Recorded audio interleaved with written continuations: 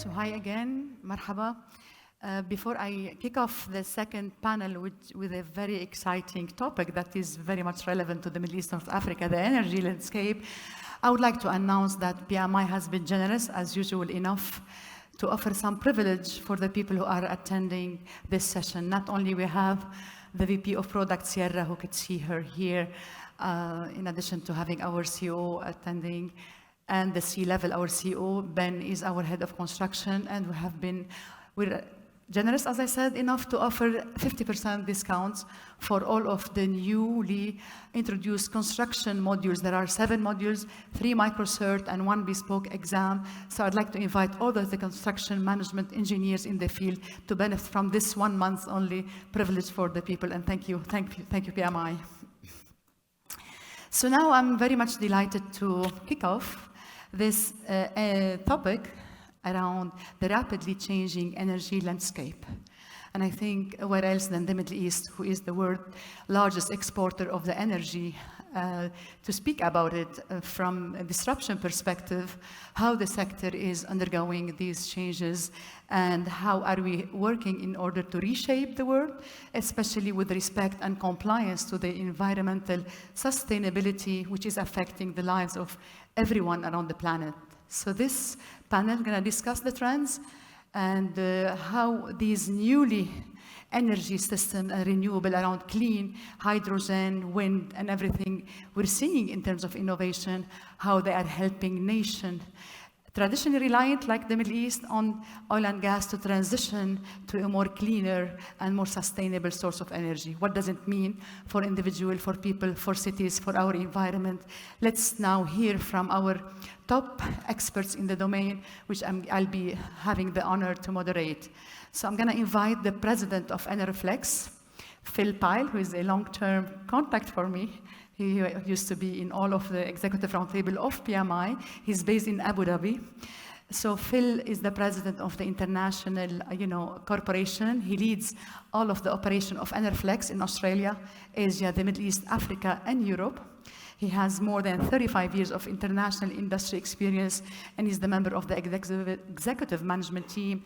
He guides all of the development of the Enerflex international business to meet the demands of the oil and gas industry. So I'd like to invite you, Phil, to the stage, please. Eric Beach, who is the managing director of Koningsteen. He has an extensive experience in management, operation, and project support within the offshore wind and maritime sector, so he has a focus on those 2 sectors. He gains lots of years of experience of operational and international experience as installation, logistics, package manager for an offshore wind firm. So we're looking forward to hear about this mega project, as well as the managerial skills when building up and leading teams of maritime energy specialists. So let's welcome Eric to the stage. Nouri Dries, the Vice President of the Group Project Delivery of Petronas, and I would allow me to just announce and share that Petronas has been very much involved with all of the energy, landscape and subject matter expertise. So we're very much delighted to have Noor with us today. He began with Petronas in 1991 and assumed his current position in April 2019. Due to his rich and proven experience in project delivery experience, he's now leading the project delivery for Petronas. So Noor, we're very much delighted to have you on the stage.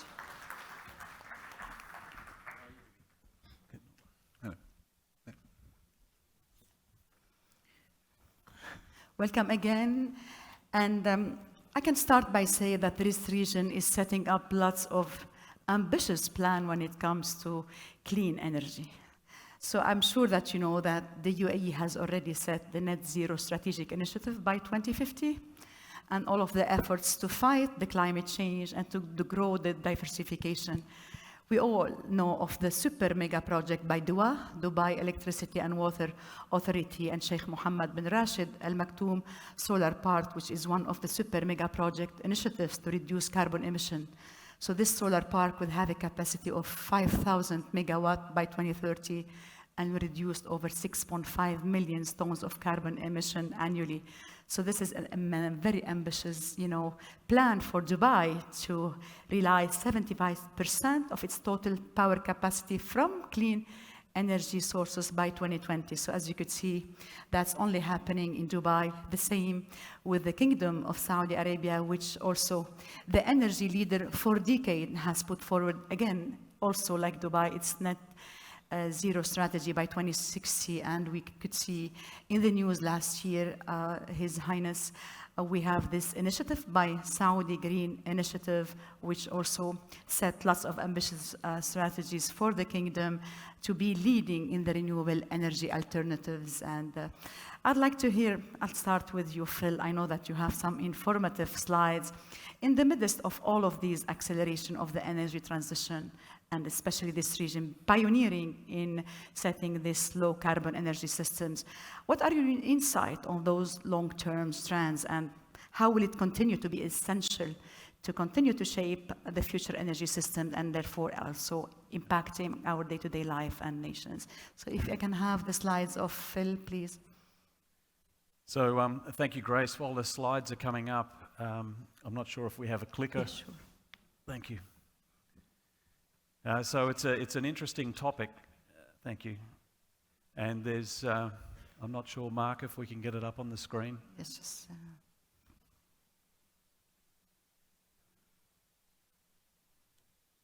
Okay, so now we have it. So what we have here is basically, so if we think about the greenhouse gas emission and the decarbonisation and the greener future that we're all striving for, there's a kind of a where we are now and where we think we're going to if we don't do anything different, and then also what are the various predictions and things that we need to do to get to where we desire to be to make our planet that we live on a sustainable place in the future. And so you can see from this slide, one of the key measures that is often talked about is CO2 emissions, or CO2 equivalent, carbon dioxide.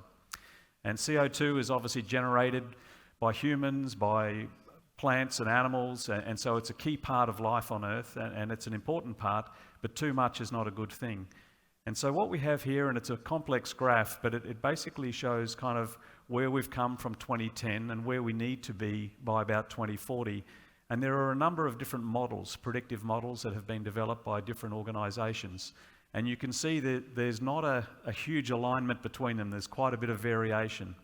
So I want to talk to just two of them. The first is the STEPS model, and you'll see that's more or less the horizontal line there in purple. And that's developed by the International Energy Association. And that pretty much says, look, if we don't do much else other than our current plans, that's where we're going to end up in terms of CO2 emissions, and really it means we're not making any improvement. Then they also came up with another model, which is a kind of an ambitious model, saying if we do a whole range of new different things, where could we get to? And that's the other purple line, the SDS model, and you can see there's quite a drop in terms of forecast CO2 emissions.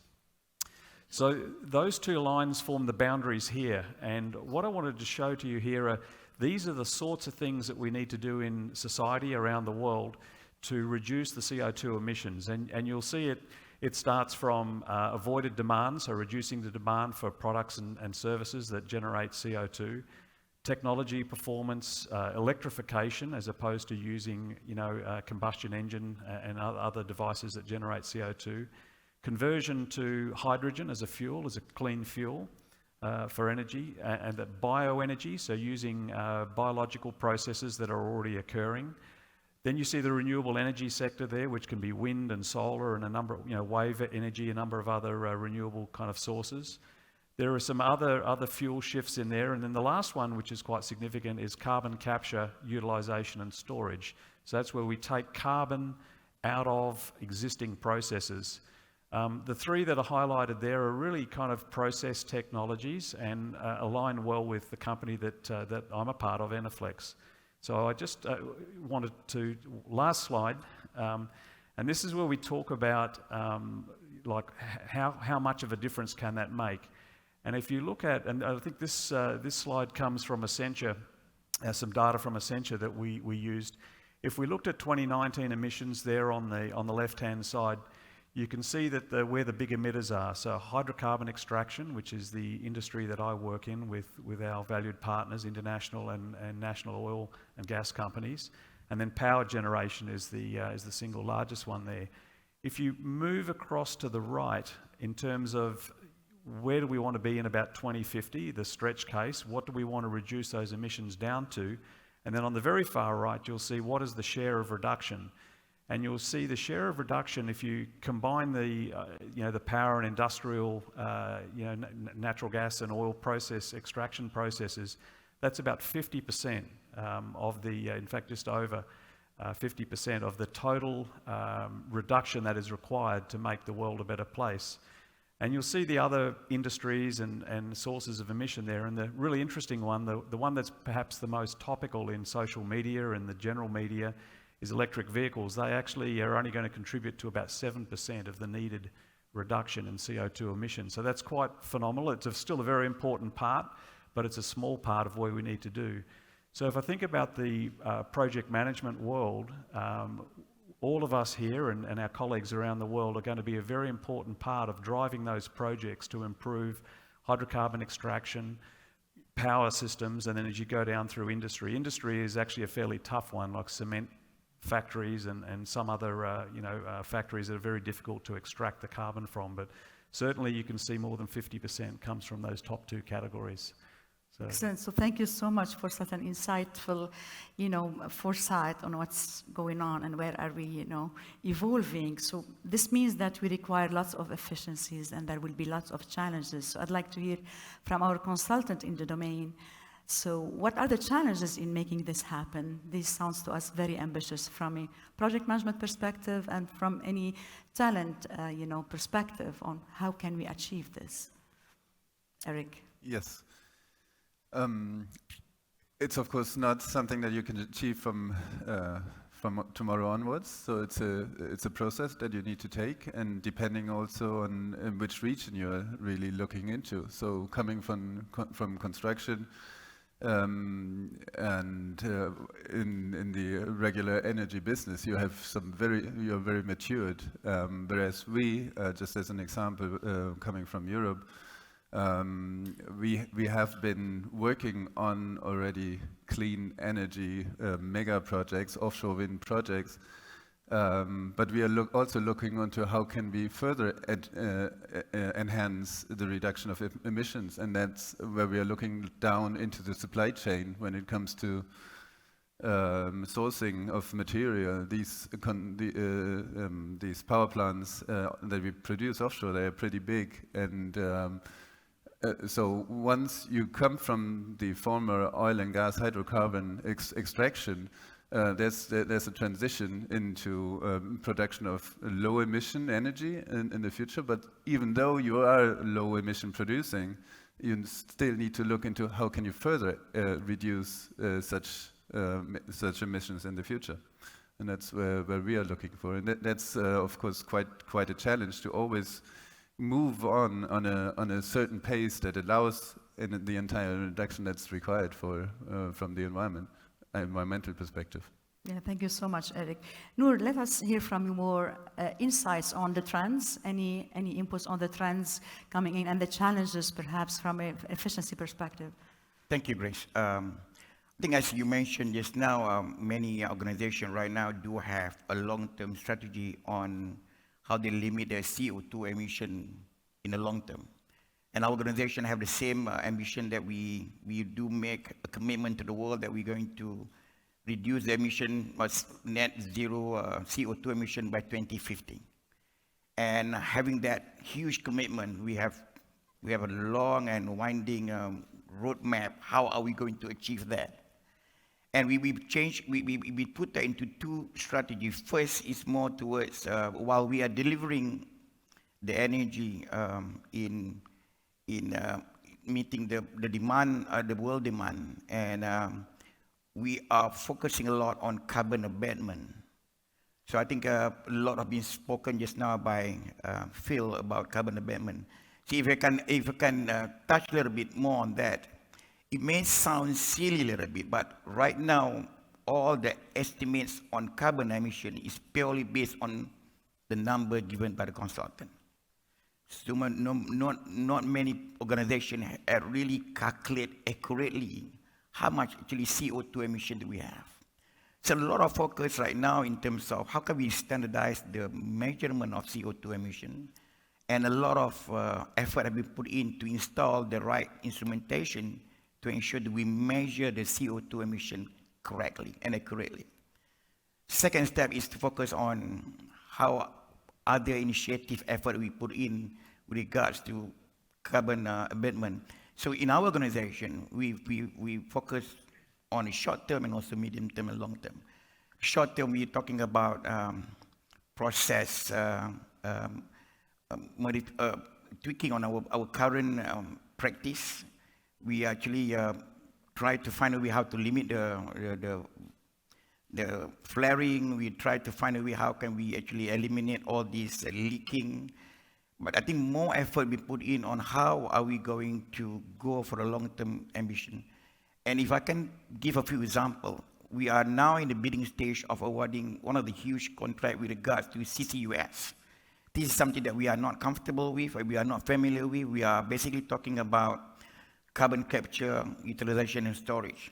It's a huge investment, and where we're going to complete the project perhaps by 2026, where we will capture about 76 million tons of CO2 by the end of that project execution. And we're also focusing a lot more on wind turbine, in low-speed wind turbine, which I think Eric probably can talk about that subject very well. And another option that we are looking into on carbon emission is to bring the hydropower to offshore, to eliminate all this power generation at our offshore facilities by actually bringing hydropower to the offshore. We call it EHA project. Those are a few medium long-term kind of projects that we are focusing to execute. As such, it will abate the carbon emission. And if I can touch a little bit more on challenges, being national oil and gas company, while we're still delivering the conventional energy to meet the world demand. And current industry, where it's involved a lot of livelihood of industry ecosystem that also need to look at. Are they ready to play along the game towards a transition to the new energy? Because these are a huge ecosystem, not only in individual country, but also in the worldwide. So they need to be prepared in terms of this transition, and they need to be upskilling, reskilling in order for them to actually to be aligned with our transition journey. And another big challenge when it comes to challenges is the technology maturity. Most of these technology are not yet proven in the commercial scale.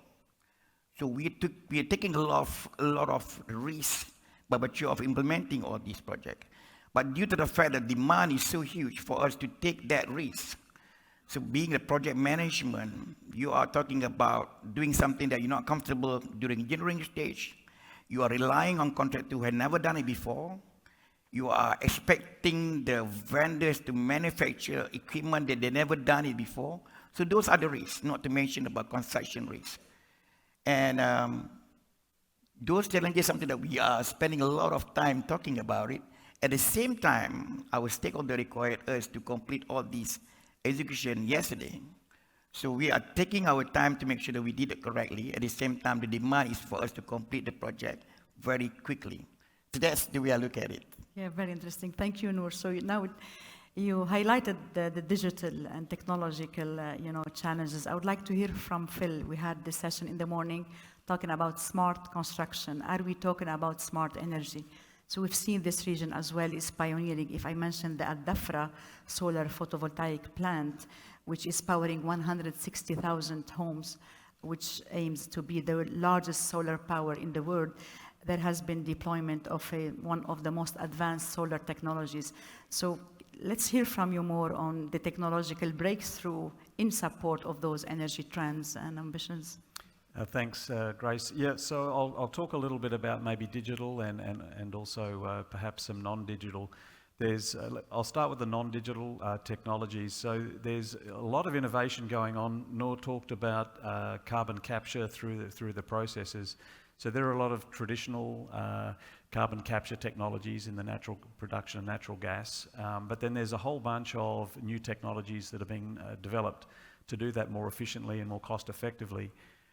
What's really easy is to capture carbon through the process, during the process. What's really difficult is to capture carbon after it's been exhausted from whether it's from a gas turbine or some sort of an engine device, because it's at atmospheric pressure, and you have to kind of capture that from the atmosphere and then compress it and then process it. So it's the post-combustion carbon capture that's seeing a lot of technological investment, R&D going on, and indeed our company Enerflex is partnering in the US on a number of projects to trial some new technologies there. So that's on the I'd say that's more the process and the non-digital side.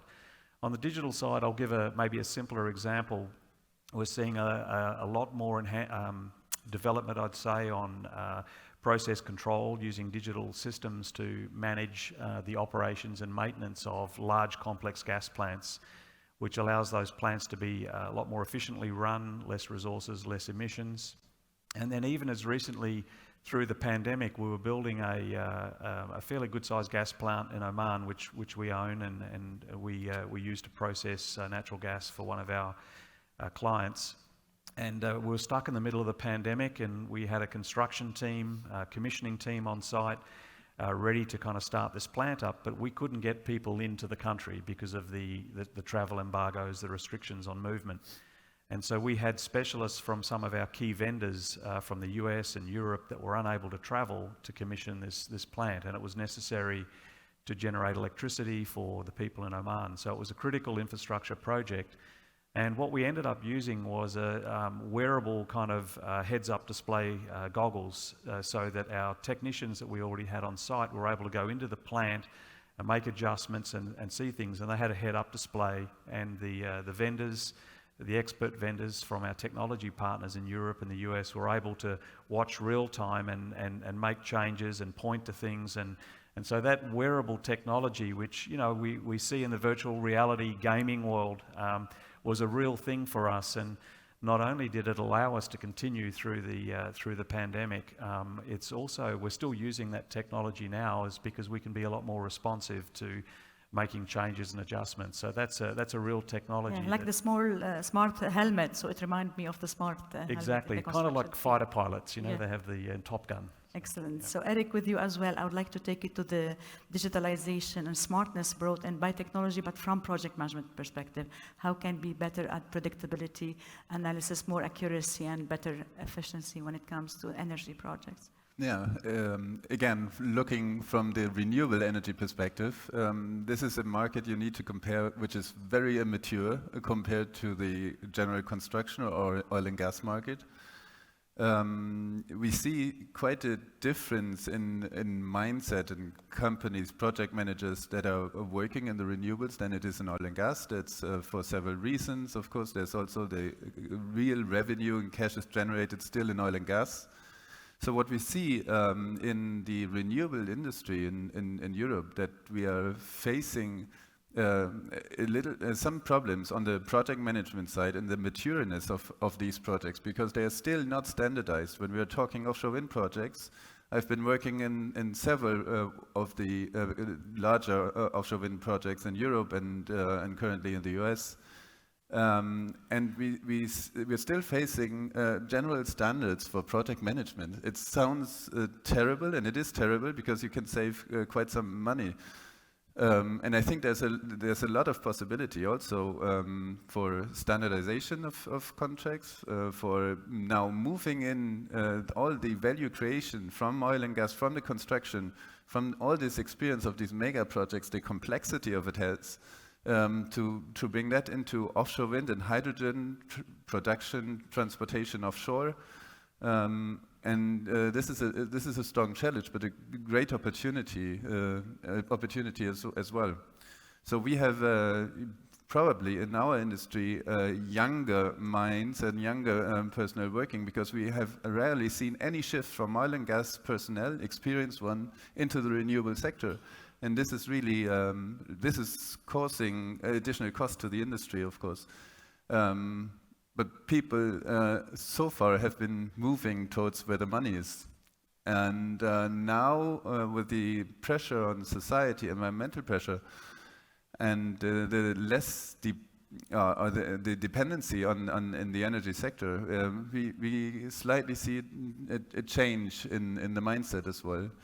So my pledge is the value that had been created in other industries, how can we merge that? And that's one of the reasons why we as a Norwegian company have a very strong base in Germany, in Central Europe, where from Norway we're bringing the oil and gas expertise, the value creations, the innovation into the renewable markets, into the market where Germany has no oil and gas experience at all. So there's no maritime experience, but we are pushing offshore wind farms to a large extent. So, and we see that worldwide now happening. That will be a strong challenge. And there you need project management skills. You need to make control of the supply chain. It's going to be the biggest problem that we foresee. Every government has now issued its plans to execute offshore wind farms. And I say, well, we are now facing for the current projects constraints in provision of large-scale components. These components, these wind farms are they're 150, 200 meter tall above the sea. And now we're moving from the bottom fixed floating to the floating wind farms. And the floating wind farms, they float as itself. It's immense amount of concrete that's been used, and port infrastructure is going to be a challenge. Production ports, and then you have modularization, localization requirements that also the clients are putting into the tenders. It's going to be a big mess, and it's not controlled yet. It's not steered properly, and I think there's a big challenge that standardization on project management can help out with. Excellent. So, yes, Noor, let's hear from you more. I think technology itself won't solve all our problems. So let's take it to this synergy or this integration as to innovate in technology and in business processes and ways of working and people. So let's hear more of your experience on how are you innovating from this ecosystem of people, business processes, and technology in support of the change in the energy landscape. I think this good thing about it, there's so much collaboration among us within the oil and gas producer, and so much positive collaboration among the industry expert in terms of putting all the solutions together to achieve the common sustainable agenda. I think, like what I mentioned just now, we do not have strong wind in Malaysia. So we do not have any technology with regard to low-speed wind turbine, but we currently collaborate with technology provider in terms of providing the solution of low-speed wind turbine, and that is one of the solutions people are working on it right now. And we know that will solve a lot of settlement issue. At the same time, if you look at the other technologies, for example, just now Eric mentioned about CCUS. Our main challenge is how can we store the gas form of CO2 in the existing reservoir? We never have done it before. So that's a huge technology advancement that we need to work not in a silo manner, but together with other experts to make sure that when we capture the CO2 or carbon, we need to store that in a most safe manner. And that's technology advancement that working closely with industry experts is hugely important moving forward. And we also have learned quite a number of digital knowledge during the pandemic, where Eric mentioned about smart helmet that we utilize during the commissioning period, where we have to communicate with the vendors through this smart helmet. And because we can't actually mobilize people to site during construction period, we also relying on special tools to monitor the behavior of the manpower, especially with regards to safety, We do have a special tool that can actually capture non-compliance of HAC and attach to the camera and also to the speaker that he will like shout to anybody that not complying to it, utilizing AI. So those are the technologies and advancement that we have with regards to those smart tools, we call it. And this is currently being applied throughout the project. And thanks for the pandemic, I guess, that's people push to do things that they never done it before. Yeah. So I think that's from my perspective. Yeah, thank you so much. So I'd look to go back to our, main value, which is, I think, the natural capital. We're no longer talking only about the oil and gas as a capital. I think $44 trillion of economical value generation over the half of the world GDP is dependent on natural capital, therefore nature. And I think we believe more than any other territory in the world that nature is considered an asset for solution that we are trying to bring to the region, and the protection, preservation of our environment, whether water, energy, everything that's going on in this region is our main focus. And I've mentioned some of the initiatives, like the Saudi Green Initiative. There are some ambitious, as I said, to plant around 50 billion trees across the Middle East, and this is jointly between all of the GCC states.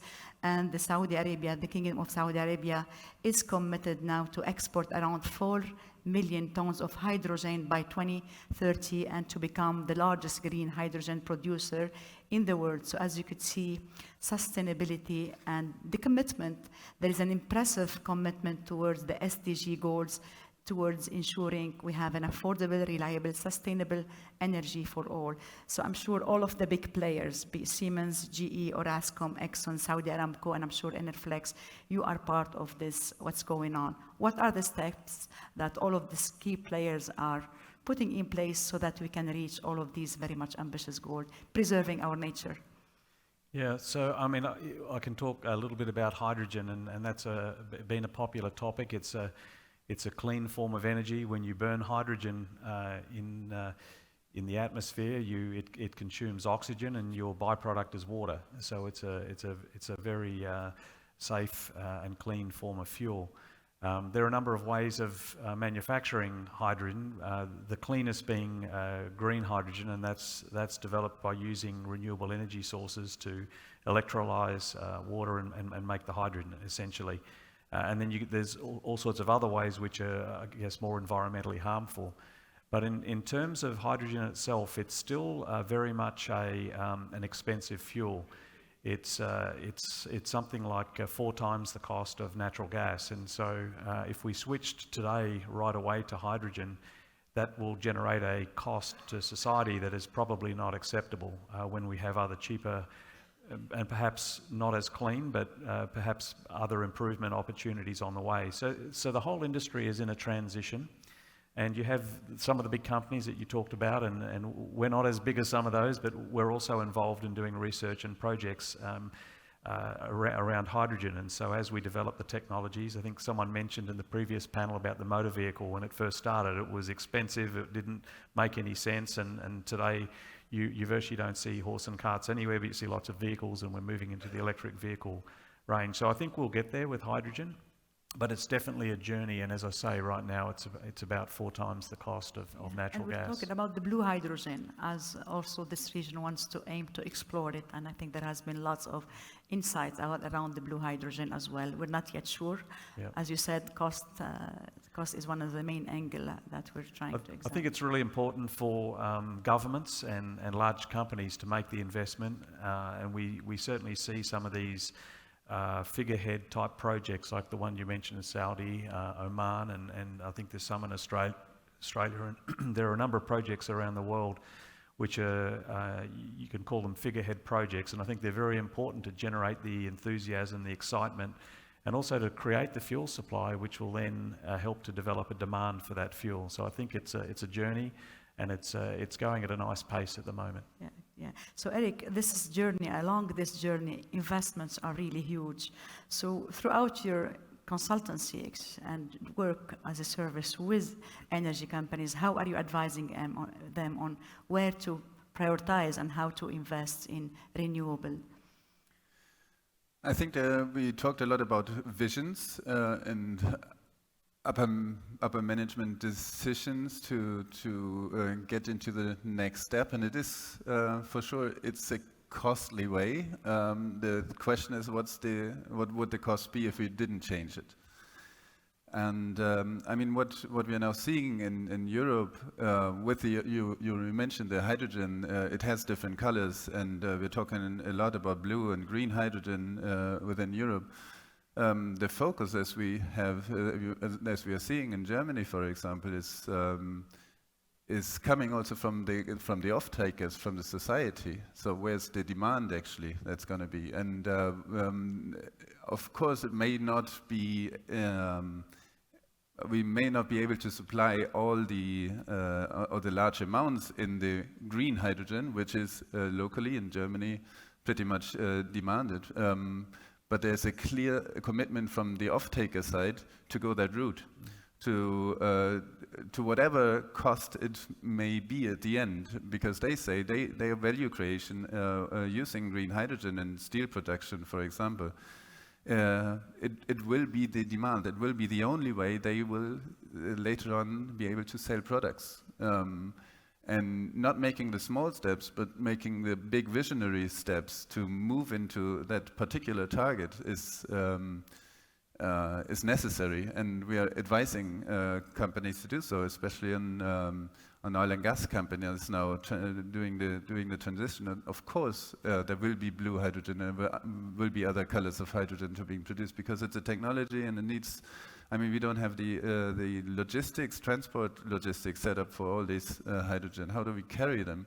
Is it by pipeline? Is it by hydrogen vessels? It's also particular to the location where you're at, to the project where hydrogen is being generated. But what we are doing is we are advising companies to go and see, to look across the industries, because we are now, and that's the kind of consultancy that we do. We are consulting in interfaces, industrial interfaces, oil and gas, offshore wind. It's like talking different languages, but you need to combine them, and you need to learn from each other. And I think with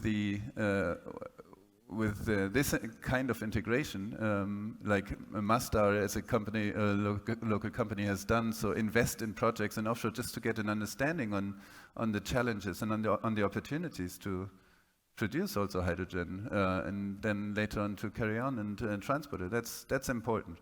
But of course, it's particular to each client, and in particular to location, nation, society that's demanding. It's different in MENA than it is in Europe. Yeah, thanks. So we still have 15 minutes. I'm happy to open the floor once, and if we can get the mic. In the meantime, Noor, also I would like to hear from, as an executive at Petronas, so where are the investments given the commitment to sustainability, to transitioning to alternative aspects of this sector? How do you prioritize the investment? And I would like to hear the impact of the economical, driving forces associated and aspect with that. Currently, we already been investing and actively involved in solar power. In fact, up to now, we have in operation and also in development of power generation from solar up to 1 gigawatt. We are very active in India, in fact in Dubai and also in Malaysia. In addition to that, we are now already have a collaboration with Masdar, the Abu Dhabi leading renewable energy with regards to hydrogen consumption and also solar development for Southeast Asia and also Middle East. So those are actually among the top in our agenda. Second is, of course, hydrogen. Actually, this is what we believe is going to be the new energy moving forward.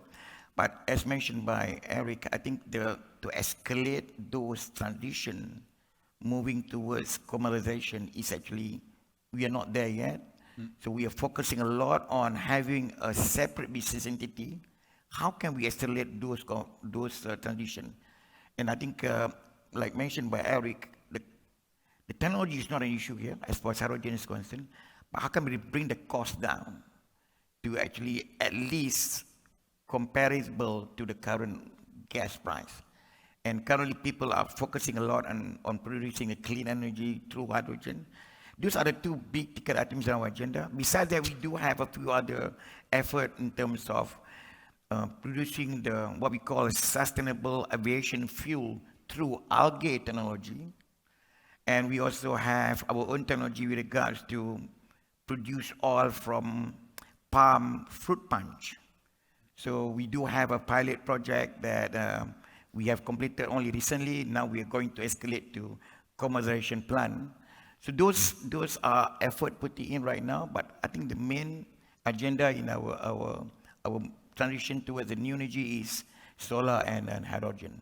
Okay, it's fair enough. Thank you so much. Any other? Yes, please, the President, mic for Mr. Pierre. Yeah, thank you. Phil, you showed interesting numbers with your stretch case for extraction and power targeting by 2050 a reduction by between 80 and 90%, right, of emissions. Now, this is your stretch case. Your baseline case is actually not so bad. We're not increasing, at least we're flat. I mean, it's not good, but could have been worse. What is the three of you, given all the challenges you're expressing, logistics, supply chain, uncertainty with the strategic choices to make, technical issues, regulations. What is your best guess, your true personal best guess of where we will be in 2050 in terms of lowering carbon emission in your areas of extraction and energy? Is it 90%? Is it 0? Where is it in between? Would you like me to start? Yeah. Mark, do you mind putting this slide? Thank you. Yeah. So Already asked. sorry? No, this is the one I want to talk to. Okay. So I'm going to give a specific example. I mentioned before, and both Eric and Noor kind of touched on the cost and the government and industry piece.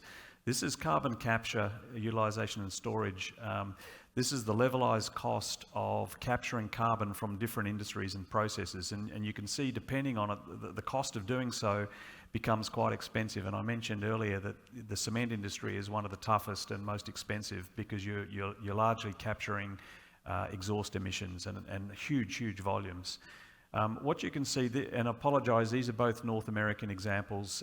You've got the US on the left and Canada on the right. But these are the government tax or credit systems, if you like, that they either have in place or that they're considering. And what that is effectively showing you is that as those schemes move across from left to right, that will encourage industry to invest in carbon capture. So so as those schemes come into play, and also the open market carbon trading schemes, and of course Europe has a very mature carbon trading scheme already. As they start to move from being kind of nascent initiatives to mature initiatives, you'll start to see improvement through all of these different industry categories. So I think, and I kind of touched on it before, is it's actually really a partnership between governments and industry. So industry can develop the technologies, but the economic will has to be there, and I think governments play a really important part in that.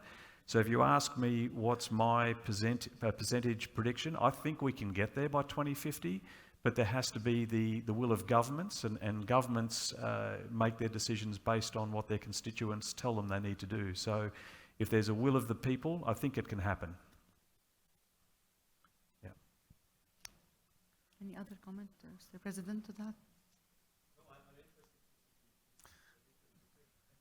Yeah, maybe I can add, Phil, that there was, it's all about governmental incentives. That's, I mean, projects go where the money is, and if it's costly emitting, then also projects will get through. So I'm pretty confident. Of course, what we see in Europe now, with the war having started, the insecurity of energy supply, we've seen a huge acceleration of projects that is driving low-emitting energy projects.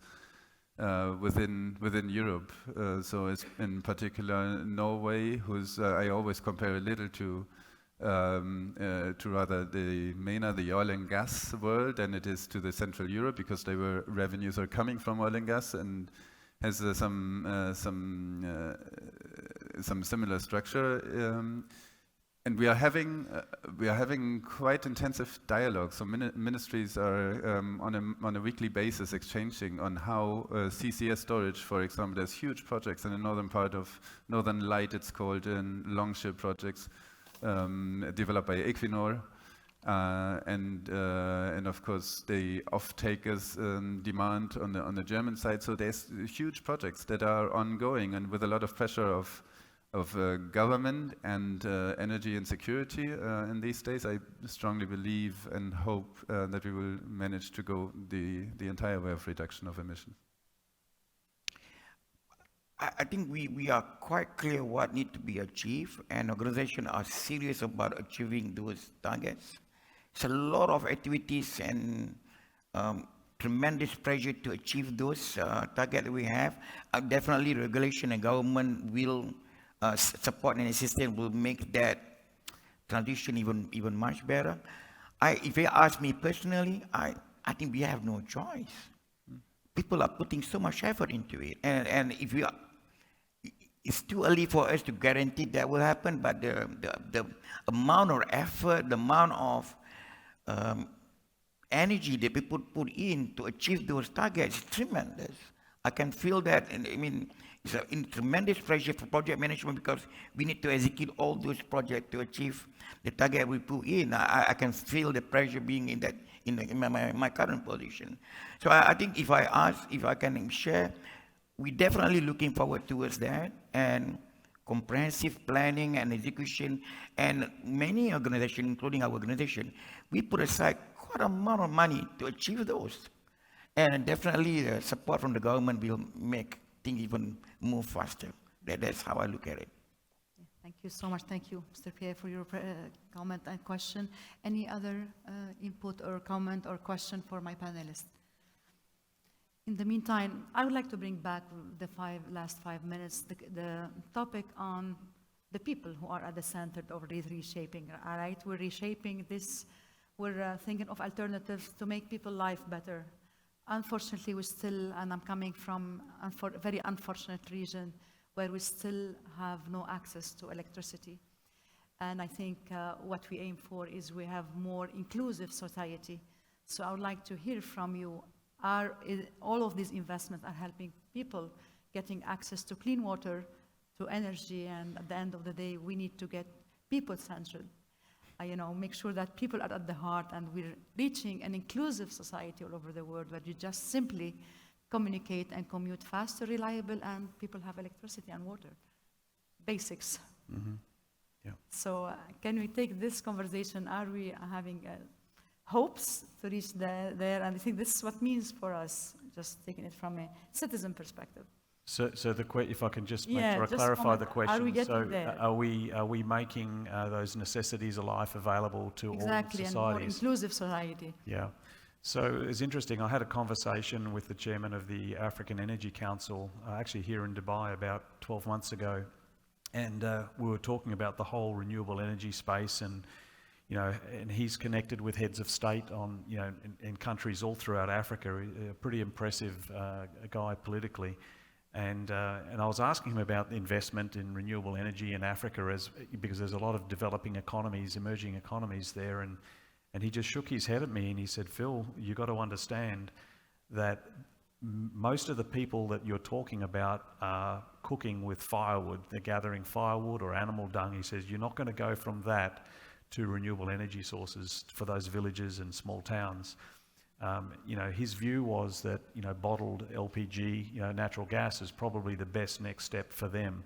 So I think there's, when we think about, energy and the transition to where we want to be in 2050 or whatever the target dates are, there is a transition, and not everyone's equal. And I think it's not right to deny those struggling communities and people and oftentimes it's the women and the children in those communities that struggle the most, right? They have to do the hardest work collecting the firewood and cooking, and whatever else. And so I think there's got to be an acceptance, and there's got to be this transition period. And so it's not a one size fits all. So I think there has to be an awareness. Excellent, Kimon. So keeping people at the heart of all what we're doing. Eric, any comment? I'd like to hear from both of you. Yes, we've been talking on ESG topics yesterday and today as well, and I think the S on the society is very, very important. And there's two sides. It's the ones that are putting pressure to make change, and the ones that are in the need of getting access, for example, getting infrastructure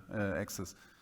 And I think that we have come a long way in some of the societies where the S puts pressure on the governmental side. So just as an example, in my company, if I was, we enabled the green shift is our logo in the energy industry.